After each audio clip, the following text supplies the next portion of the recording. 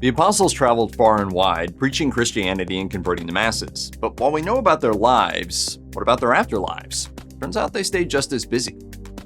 St. Peter, chief apostle and for Catholics, the first pope, is the easiest of the apostles to locate. His bones rest partially in the Vatican and partially in Istanbul, after Pope Francis gifted 9 fragments of Peter's bones to the Patriarch of Constantinople. Early Christian tradition says Peter was crucified upside down in Rome and placed in a tomb on Vatican Hill. Almost 3 centuries after Peter's death, the Emperor Constantine encased the tomb in marble. Successive popes built over it 3 more times, most recently St. Peter's Basilica and Bernini's High Altar. Archaeological excavations in the 1940s and 50s lent more credence to the tradition. Vatican Hill did indeed host a large cemetery with hundreds of graves, including a marble-encased tomb containing the bones of a 60 to 70-year-old man. Inscribed on the tomb's walls was "Peter is here" or "Peter rests in peace," depending on the reading. Despite the potential bombshell, excavators numbered, boxed, and forgot all about the bones. They were thrust back into the spotlight after scholars realized the marble tomb, the tradition of the Constantinian Basilica, and the inscription all seemed to agree with the earliest accounts of Peter's tomb. The foot bones are even missing, possibly from having giant nails driven through them during an upside-down crucifixion. Tradition places the body of St. James the Greater in the Galician city of Santiago de Compostela in Spain, far away from his place of martyrdom in Jerusalem.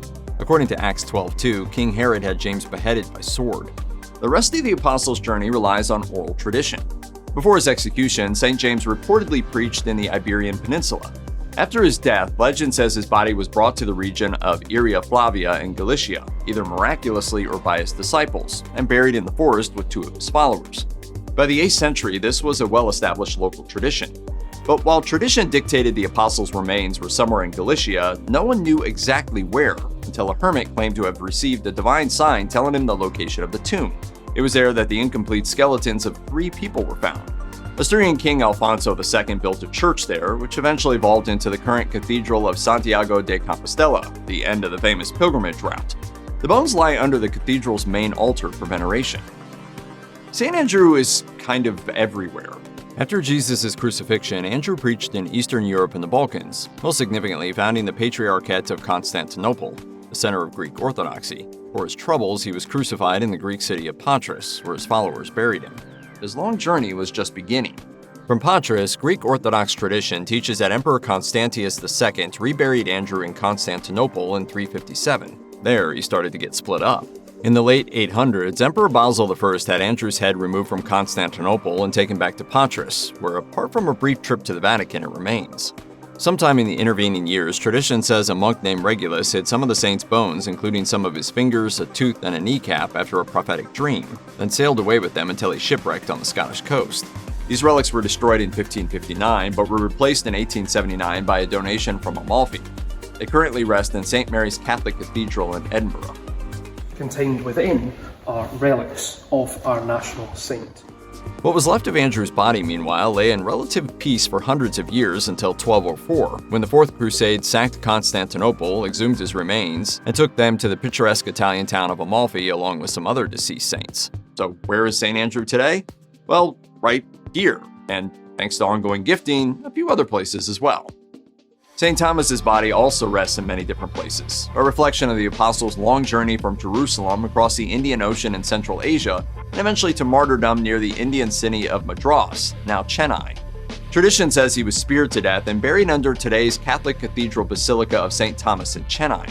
The body's subsequent journey is recorded in various hymns and traditions.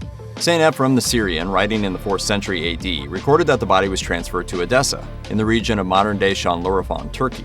In the 13th century, after a series of attacks by Muslim Turks, the Crusaders transferred the relics from Edessa to the Greek island of Chios for safekeeping.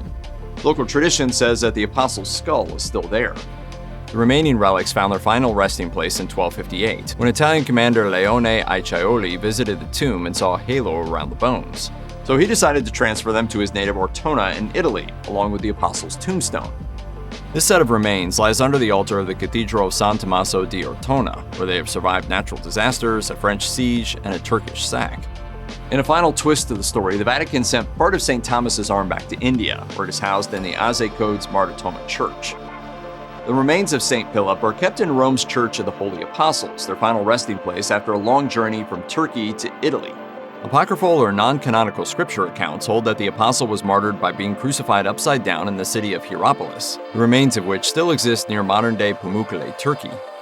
The Acts of St. Philip say he was buried in the place he was killed, upon which a church was built several centuries later. Archaeologists digging in the ruins of Hierapolis have discovered a 1st century AD tomb which is believed to have been Philip's intended resting place, thus confirming at least part of the Acts narrative. As the Eastern Roman Empire suffered through crisis and foreign invasion, the apostles' remains were at some point removed to Constantinople. Under Emperor Justinian I, the Church of St. Philip and James was built in Rome. The relics were sent there and remain in the city's Church of the 12 Holy Apostles, the successor of the 6th century original.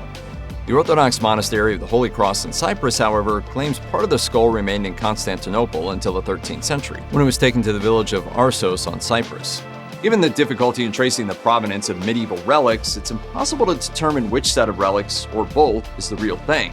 Finally, part of St. Philip rests in an unlikely place, New York.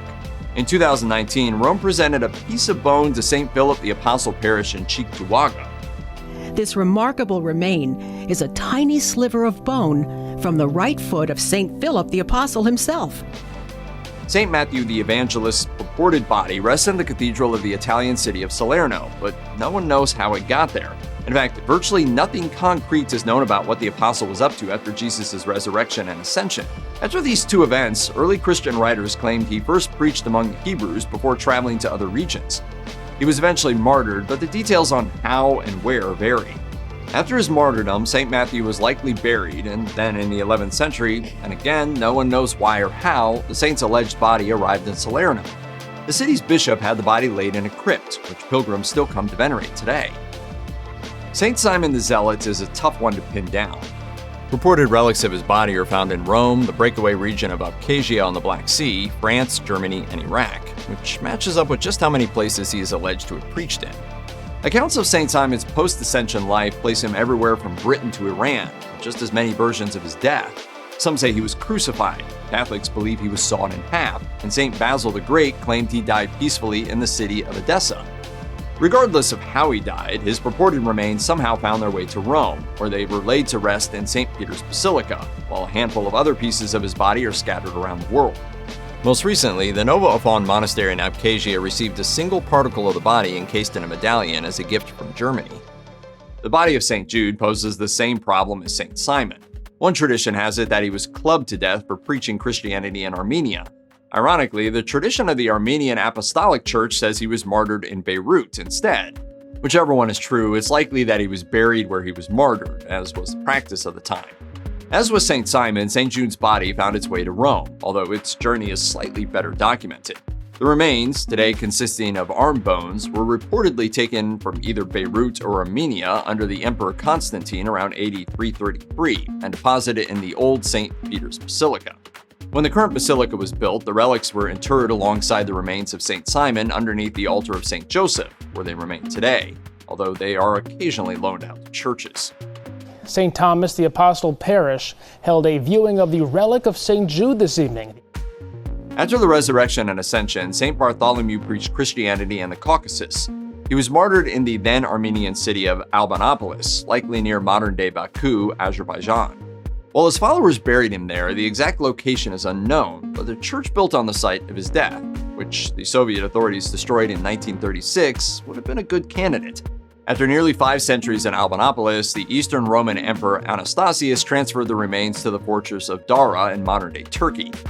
But when Persian Emperor Khosrow I captured the city in 574, they were transferred out for safekeeping.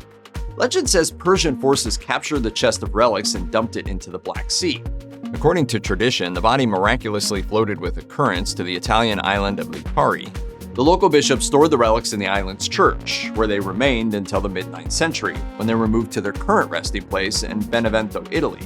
Another handful of relics were transferred to Rome under Holy Roman Emperor Otto II, and were interred under the altar of the Church of San Bartolomeo alla Sola. Brother of St. James the Greater and writer of the Fourth Gospel, St. John the Evangelist actually got a peaceful death. However, the body's location is a mystery.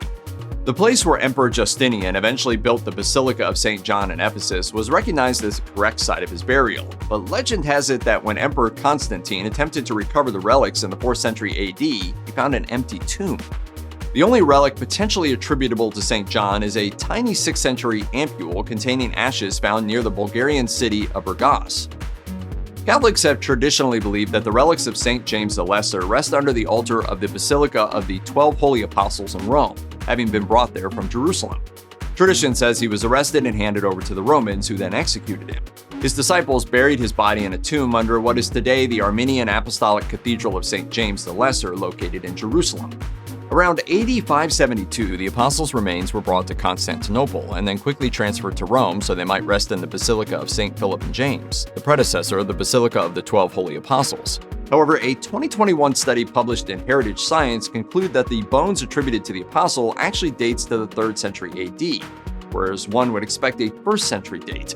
If the dating is accurate, it means the location of the apostle's actual remains is unknown. The whereabouts of the body of Judas Iscariot, the man who betrayed Jesus for 30 pieces of silver, are unknown, and nothing attributed to him has ever been found. The precious little information about his body's fate comes from the Bible. Matthew was the only gospel to mention Judas's death, recounting that after his betrayal of Jesus, Judas felt so guilty that he tried to return the money to the priests. They refused, and Judas hanged himself. But the Acts of the Apostles, written by St. Luke the Evangelist, offers an alternative history. Acts says Judas bought a piece of land with the silver, but he took a tumble onto the field and split open, spilling his intestines. As for Judas's final resting place, either it was buried where he died, known as the Field of Blood, in accordance with Jewish belief that a body should be buried as soon as possible after death, or it was left to nature. And that's about all we know about the remains of the only apostle not to be a saint. The location of the remains of St. Matthias, the apostle who replaced Judas, is disputed. Traditions agree he preached in Judea, Anatolia, and other areas, and multiple accounts agree he was executed in the Greek city of Sebastopol, but disagree on the method, either crucifixion, being speared to death, or chopped into pieces. An alternative tradition says he was stoned to death in Jerusalem.